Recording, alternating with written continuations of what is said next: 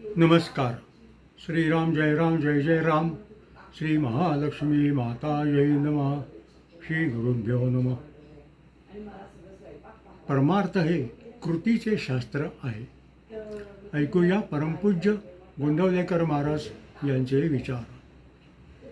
संन्याशाने भगवे वस्त्र धारण केल्यावर त्याचा थोडा तरी परिणाम बुद्धीवर होतोच.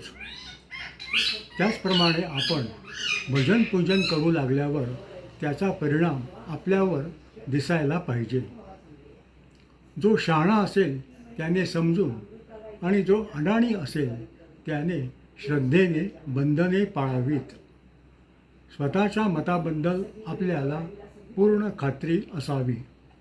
त्यात घोटाळा असू नये.